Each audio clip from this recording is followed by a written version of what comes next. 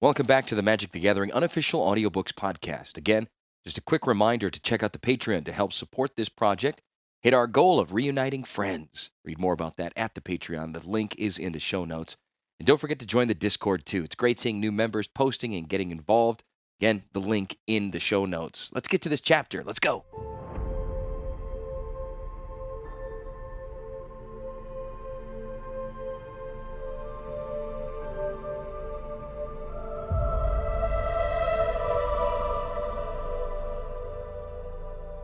Chapter 16.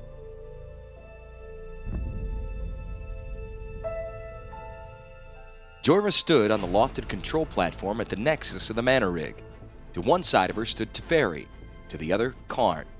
Teferi watched over his workers, the goblin hordes that tended the crystal manufacturing wing of the factory. It had been nearly 2 years since the Viashino Goblin War had concluded, and the Forbidden Zones were now fully functional.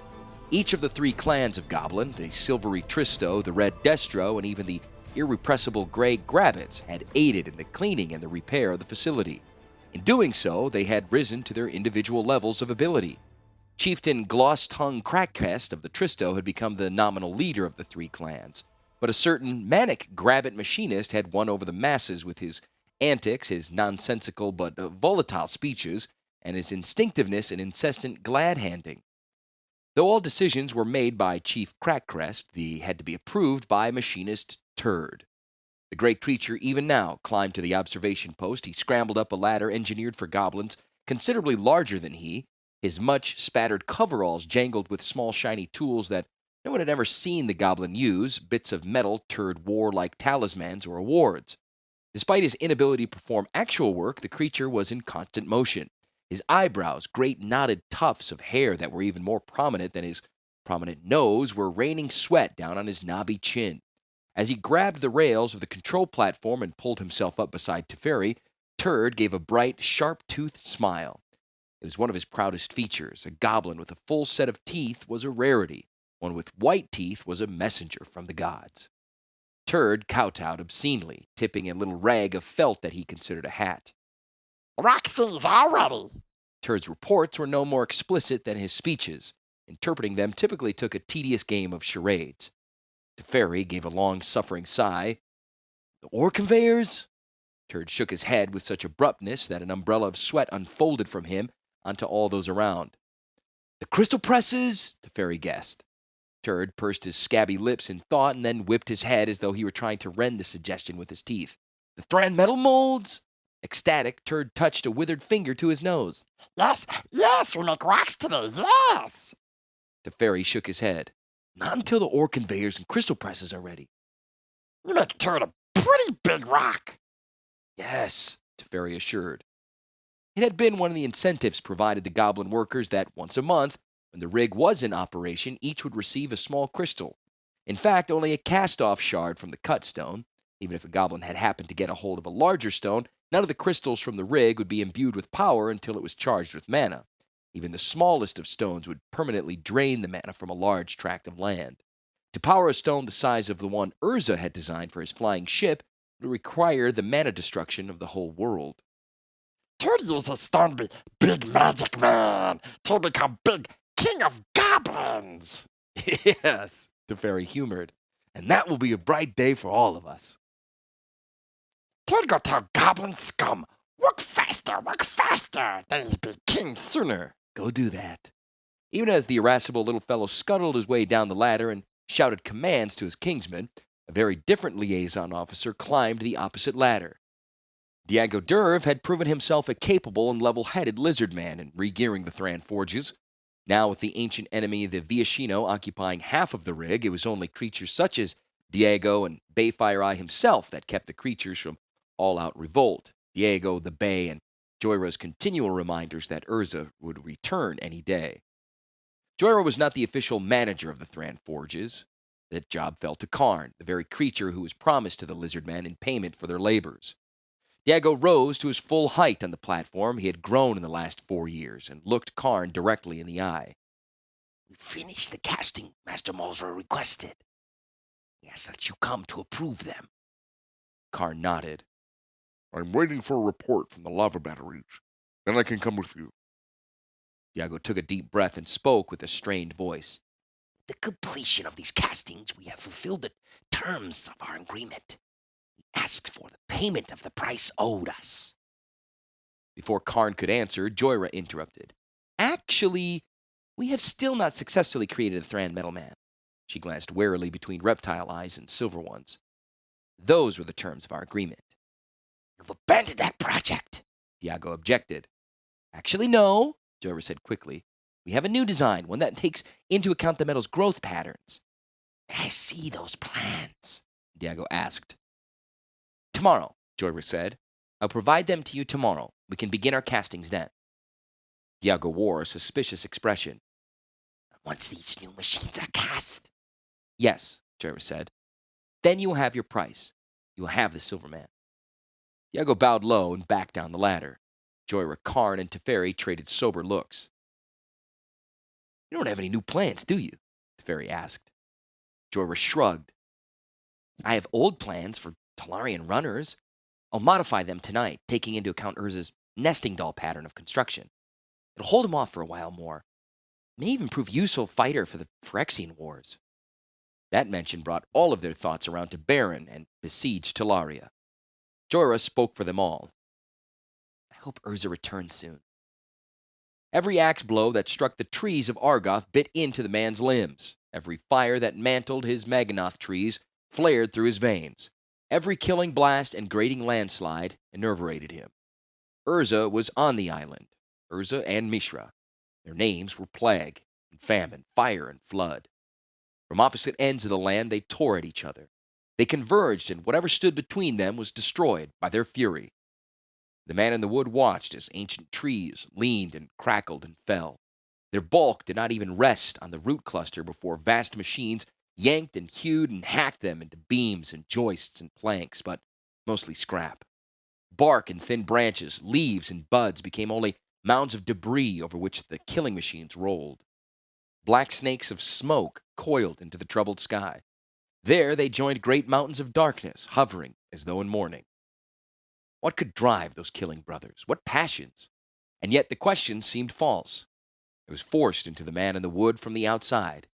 He knew just what drove them: ambition, curiosity, competition, vitality, and all of it wrapped in a thin, tragic blanket of distrust. What drove them? The highest intentions and hopes. What directed them? The lowest emotion: fear. They were monsters, yes, but only because of their power. Were it not for their machines and their armies, they would not be monsters, but only little boys. That thought brought a surge of anger from around the man. He railed. As sharp and tenacious as resin, reproof flowed into him. Urza and Mishra were true monsters. They despoiled all they touched. Their very flesh was corruption. Their only motivation, pure hatred. The man in the wood resisted the welling flood of recrimination, holding his breath. He pushed back against the thoughts. They overtook him anyway and soaked into every pore and poured into his lungs, for every man must breathe.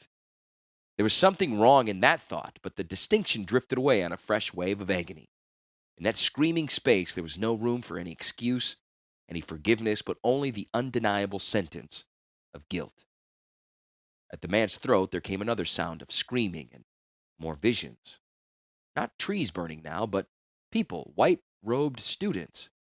Not axe machines and levelers, but loping artifact creatures, some like headless emus, some like pouncing pumas, some like giant scorpions. Not armies of Argivians and Philagi, but armies of fiends and negators, of killing monsters.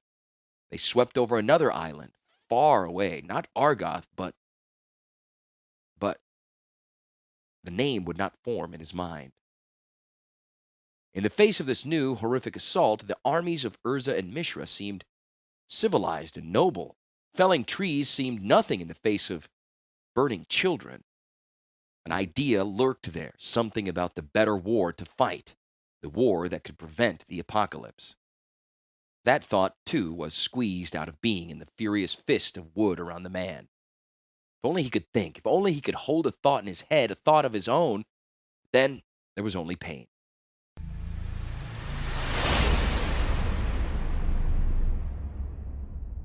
Baron watched from the gorge tower. It was the highest spot in the academy. Poised beyond reach of Phyrexian weapons, it curved out over the wall to peer into the dark swath. This spot was manned day and night, and of late mainly by Baron. From here, he could gauge the movement of Crick's forces to any of the 4 bridges from the Time Pit. From here, Baron stemmed the fiendish tide with long-range sorceries and enchantments. Intelligence gathered here allowed him to deploy his machine and human forces to intercept the attackers, and here, perhaps more importantly of all, lay the triggering mechanism for the beacon pendant Urza wore. Baron had just activated the beacon. It had been nearly 3 years since Urza had gone to Yavimaya, and no one had heard from him. Could be dead, Baron knew. Though planeswalkers were extremely long-lived, they could be killed, especially if their life force became unfocused or dissipated. Still, it was a very difficult thing to kill a planeswalker, but not so to trap one. A planeswalker could be trapped in deception. If Urza did not think he needed to escape, he couldn't. If he forgot he could planeswalk, he could be trapped indefinitely. With Urza's fragile sanity and top-heavy psyche, such tricks could be easily accomplished. If he lived at all, he was trapped. Perhaps, though, the beacon blaring into Urza's mind would startle him out of whatever malaise had laid hold of him. Of course, there was a third possibility. Perhaps Urza had moved on. Perhaps he had gotten what he'd wanted out of Talaria and Shiv and Yavimaya and had gone some 4th place to assemble it all. Whatever the cause of Urza's absence, the beacon summoned him. He must return to Talaria in the next year, or there would be no Talaria to return to. The Phyrexians had just discovered a new bridge out of their pit, a deep spring that fed the Academy's wells. One moonless night, they had poured up through every wellhead and cistern in the Academy. The forces of Talaria rallied and thrust back the monstrous intruders, fighting in their own home as they had fought beyond its walls. The beasts were slain wholesale. Grates were affixed over any access to groundwater, and new guard posts were created. The Phyrexians had yet to exact their worst death toll. Their dead bodies poisoned the water.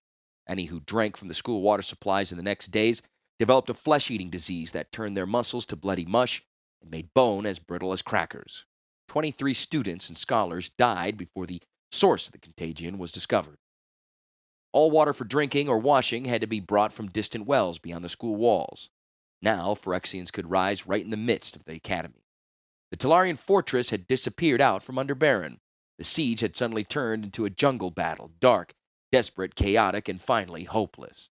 Baron's hand squeezed the jeweled dagger that triggered the beacon. The enchanted item would convey to Urza whatever Baron saw, whatever he thought, scenes of flesh-eaten friends and overrunning foes. Baron said a silent prayer that Urza lived and that Urza heard.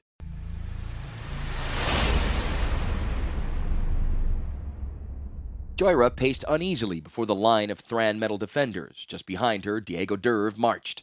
His scaly hide bristled with nervousness as she looked over the machines. They were flawless. The original plan of the Talarian runner had undergone numerous changes, including a more ovoid body, a deeper bend to the legs, and more capacity for armament. Joyra had overcome the difficulties of growing metal in this design, and these 12 fighters, if they ever reached Talaria, could well prove indispensable in its defense. If they ever reached Talaria, she had stalled the lizardmen for 2 more years, waiting for Urza to return and broker Karn's freedom. The man had not returned. Joyra had decided he was dead. Once the Viashino and Goblin tribes decided the same, the tenuous peace of the rig would be at an end. Worse yet, news of Urza's long absence had at last reached the ears of the Shivan Drake, Jared Dargaz. She had resumed her strafing attacks on Viashino patrol posts, had cut off trade routes to the Gitu tribes of the seashores, and had dropped numerous boulders into the vent shafts above the city. Her son, who had willingly defected to the Viashino cause, decided he wanted to return to her. Apparently, he was a typical child runaway, more intent on making a point than on gaining true independence. The Viashino had adamantly held him to his alliance agreement. The young creature went from being their champion to a caged and chained traitor. What would they do about Urza's agreement? With the return of the Fire Drake, half of the bargain Urza offered had fallen through. This morning, the other half was in danger. What would it matter? Joyra asked herself. If Urza is dead, Talaria is destroyed. There will be no flying ship, and there will be no hope for Dominaria's delivery from Phyrexia. If Urza is dead, Shiv might well be the nicest place for Karn and the rest of them to live out what remained of their lives. The words she spoke were somewhat different. Excellent work, as always, Diago. You and your workers are extraordinary craftsmen. Judging from your tone, you have no more reason to delay the payment of our price. Diago said as the two of them reached the end of the line where Karn stood. Joyra's jaw clenched, muscles in her temples hardened. No, Diago, I will delay no longer, but I offer you a different bargain. Instead of taking this one silver golem, nearly half a century old and battered and filled with all kinds of emotional entanglements, I offer you these 12 Thran metal warriors. A harsh edge entered Diego's eyes. The agreement was for the Silver Man. Yes, Joyra agreed, and now I'm offering you a different agreement. A metallic hiss came from the lizard man's teeth. No, we know how to build these creatures. They are not intelligent. We wish to have the Silver Man to learn how to build an intelligent creature. But he's not just a silver man, Diego, Joyra said. He's Karn. He's worked beside you all these years. Don't you care what he wants? Doesn't it bother you to make him your property? Your slave? We are all slaves to the tribe. To serve selflessly is the highest honor, Diago said. Yes, he is Karn, comrade. When he is given to us, he will be a part of our tribe. He will be our greatest defender. He will teach us how to make armies of intelligent machines. Karn can't teach you that, Joyra said. I know more about his construction than he does. Master Malzra is the only one who really understands his emotional, intellectual abilities. Would you imprison me? Would you imprison Malzra? We do not imprison creatures. What about Ramadaragaz? He agreed to join us. And as for Karn, Malzra agreed to grant him to us, Diago said. And Karn can teach us how to build an intelligent machine. The secrets are inside of him. We will gain them. Enough, Karn said to Joyra, cutting off her response. I will go with them. I will teach them what I can. It is the highest honor to serve. Open mouth, Joyra watched as the lizard man and the silver man turned and walked away into the depths of the humming manor rig.